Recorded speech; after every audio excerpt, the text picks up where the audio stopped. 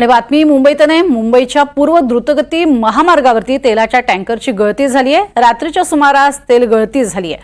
महामार्गावर त्यामुळे 5 किलोमीटरपर्यंत तेल सांडलेलं होतं आणि पोलिसांनी या मार्गावरची वाहतूक ही दुसरीकडून वळवली आहे। तर रात्रभर तेल सांडलेलं असल्यामुळे त्या ठिकाणी माती टाकण्याचं, रेती टाकण्याचं काम सुरू होतं।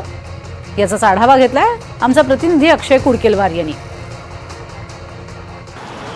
मुंबईच्या पूर्व द्रुतगती महामार्गावर मध्यरात्रीनंतर एक ऑइलचा टँकर लीक झाला आणि त्यामुळे संपूर्ण रस्त्यावर ऑइलचा सडा पसरल्याचं चित्र मध्यरात्रीपासून पहाटेपर्यंत बघायला मिळत होतं आणि यावरनं अनेक वाहनं हे स्लिप देखील झाल्याचं चित्र रात्रभर या रस्त्यावर बघायला मिळत होतं आणि यानंतर अग्निशमन दलाला पाचारण करण्यात आलं आणि त्यानंतर परिसरात असलेली वाळू असेल, माती असेल, त्याचा थर या ऑइलवरती टाकण्यात आला आणि आपण जर बघितलं तर ऐरोली परिसरामध्ये हा जो ऑइलचा टँकर होता तो काही प्रमाणात लीक झाला होता।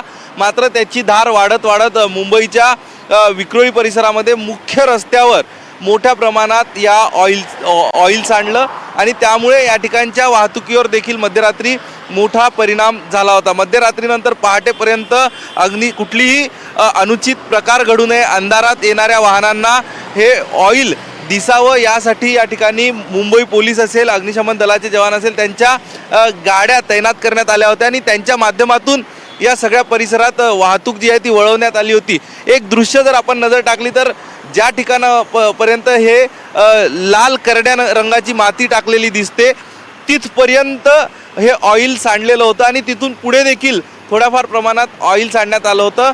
ऐरोली येथील फायर ब्रिगेड असेल, Ghatkopar fire brigade, Powai fire brigade, Vikhroli fire brigade या सगळ्या जवानांनी आपापल्या अधिकार क्षेत्रात असणाऱ्या सगळ्या भागामध्ये मोठ्या प्रमाणात हे ऑइल जिथे सांडलं तिथे माती टाकून कुठलाही अनुचित प्रकार घडणार नाही याची खबरदारी घेतली।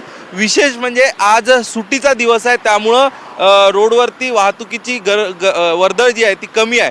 मात्र हे जर कामकाजाच्या दिवशी या ठिकाणी हा प्रकार घडला असता तर मात्र वाहतुकीची मोठी कोंडी झाली असती आणि लांब वाहतुकीची रांग या विक्रोळी परिसरापासून ठाणे परिसरापर्यंत आपल्याला बघायला मिळाली असती। मात्र सुदैवाने आज सुट्टी असल्यामुळे हा मुंबईकरांचा त्रास काहीसा कमी झाला आहे।